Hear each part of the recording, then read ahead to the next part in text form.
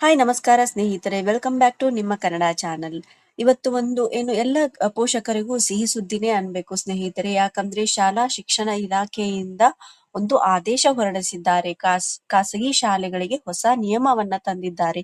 ಏನಂದ್ರೆ ಅವ್ರು ತಗೊಳ್ಳುತ್ತಿರುವಂತ ಫೀಸ್ ವಿವರಗಳನ್ನ ಅವರು ಕಡ್ಡಾಯವಾಗಿ ಪ್ರಕಟಿಸಬೇಕು. ಅಂದ್ರೆ ಸ್ಕೂಲ್ ಫೀಸ್ ಎಷ್ಟು, ಟ್ಯೂಷನ್ ಫೀಸ್ ಎಷ್ಟು, ಅದರ್ ಫೀಸ್ ಎಷ್ಟು, ಎಲ್ಲವನ್ನು ಅವರು ಕಂಪ್ಲೀಟ್ ಡೀಟೇಲ್ ಆಗಿ ಪೋಷಕರಿಗೆ ಕೊಡ್ಬೇಕಾಗತ್ತೆ ಸ್ನೇಹಿತರೆ.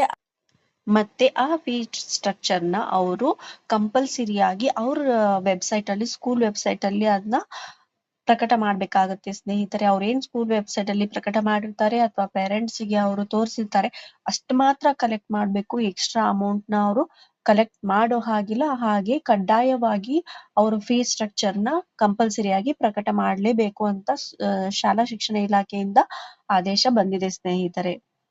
ಶಿಕ್ಷಣ ಹಕ್ಕು ಕಾಯ್ದೆ ಪ್ರಕಾರ, ಅಂದ್ರೆ RTI ಕಾಯ್ದೆ ಪ್ರಕಾರ, ಕರ್ನಾಟಕ ಕಡ್ಡಾಯ ಮತ್ತು ಉಚಿತ ಪ್ರಾಥಮಿಕ ಶಿಕ್ಷಣ ಹಕ್ಕು ನಿಯಮಗಳ ಪ್ರಕಾರ ಅವರು ಏನು ದಾಖಲಾತಿ ಮಾಡ್ಕೋತಾರೆ, ಹಾಗೆ ಎಷ್ಟು ಫೀಸ್ ತಗೋತಾರೆ ಅದೆಲ್ಲವನ್ನು ಪ್ರಕಟ ಮಾಡ್ಬೇಕಾಗುತ್ತೆ. ಯಾವುದನ್ನು ಮುಚ್ಚಿಡೋ ಹಾಗಿಲ್ಲ. ಶಾಲೆಯವರು ಶುಲ್ಕದ ವಿವರವನ್ನ ಎಲ್ಲೆಲ್ಲಿ ಪ್ರಕಟ ಮಾಡ್ಬೇಕು ಅಂದ್ರೆ ಶಾಲಾ ಜಾಲತಾಣ ಅಂದ್ರೆ ಸ್ಕೂಲ್ ವೆಬ್ಸೈಟ್ ಅಲ್ಲಿ, ಹಾಗೆ ನೋಟಿಸ್ ಬೋರ್ಡ್ ಅಲ್ಲಿ, ಹಾಗೆ ಶಿಕ್ಷಣ ಇಲಾಖೆ SATS ಜಾಲತಾಣದಲ್ಲೂ ಅವರು ಕಂಪಲ್ಸರಿಯಾಗಿ ಅದನ್ನ ಅಪ್ಲೋಡ್ ಮಾಡ್ಬೇಕಾಗತ್ತೆ ಸ್ನೇಹಿತರೆ. ಇದು ಎಲ್ಲ ಪೋಷಕರಿಗೂ ಒಂದು ಖುಷಿ ವಿಚಾರನ ಅನ್ಬೇಕು ಸ್ನೇಹಿತರೆ. ಯಾಕಂದ್ರೆ ಎಲ್ಲ ಸ್ಕೂಲಲ್ಲೂ ತುಂಬಾನೇ ಅಮೌಂಟ್ ತಗೊಳ್ತಾ ಇದ್ದಾರೆ. ಸ್ಕೂಲ್ ಫೀಸ್ ಅಂತೂ ಕಾಲೇಜ್ ಫೀಸ್ಗಿಂತನೂ ಸ್ಕೂಲ್ ಫೀಸೇ ಜಾಸ್ತಿ ಆಗ್ಬಿಟ್ಟಿದೆ. ಈ ಒಂದು ಕಾಯ್ದೆಯಿಂದ ಎಲ್ಲ ಪೇರೆಂಟ್ಸ್ಗೂ ಒಂದು ಖುಷಿ ವಿಚಾರನೇ ಅನ್ಬೇಕು ಸ್ನೇಹಿತರೆ. ಪೋಷಕರಿಗೆ ಇನ್ನೊಂದು ಖುಷಿ ವಿಚಾರ ಅಂದ್ರೆ ಯಾವುದೇ ಡೊನೇಷನ್ ನ ತಗೊಳ್ಳೋ ಹಾಗಿಲ್ಲ.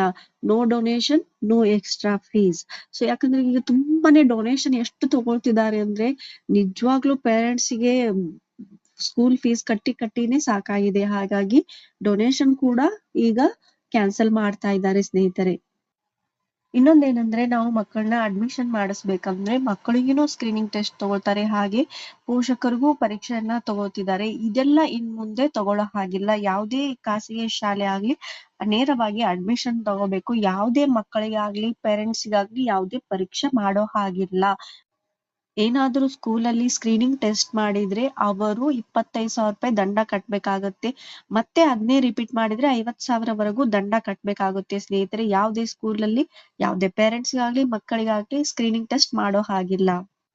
ಯಾವುದಾದರೂ ಖಾಸಗಿ ಶಾಲೆ ಡೊನೇಷನ್ ತಗೊಳ್ಳೋದಾಗ್ಲಿ, ಹೆಚ್ಚುವರಿ ಫೀಸ್ ತಗೊಳ್ಳೋದಾಗ್ಲಿ ಅದು ನಿಯಮ ಉಲ್ಲಂಘಿಸಿದ ಹಾಗೆ ಆಗುತ್ತೆ. ಅವರು 10 ಪಟ್ಟು ಅದರ ಏನ್ ಡೊನೇಷನ್ ತಗೊಂಡಿರ್ತಾರೆ 10 ಪಟ್ಟು ದಂಡ ಕಟ್ಬೇಕಾಗುತ್ತೆ ಸ್ನೇಹಿತರೆ.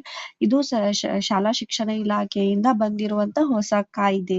ಇದೆಲ್ಲ ನಮ್ಮ ಪೇರೆಂಟ್ಸ್ ಗೆ ಒಂದು ನಿರಾಳ ತಂದಿದೆ ಸ್ನೇಹಿತರೆ. ಯಾಕಂದ್ರೆ ನಿಜವಾಗ್ಲೂ ಹೇಳ್ತಿದ್ದೀನಿ, ಈಗಿನ ಸ್ಕೂಲ್ ಫೀಸ್ ನೋಡಿದ್ರೆ ಯಪ್ಪಾ, ಮಕ್ಕಳ ಸ್ಕೂಲಿಗೆ ಕಳ್ಸೋದೇ ಬೇಡ ಅನ್ಸುತ್ತೆ. ಅಷ್ಟೊಂದು ತುಂಬಾ ಫೀಸ್ ಇದೆ.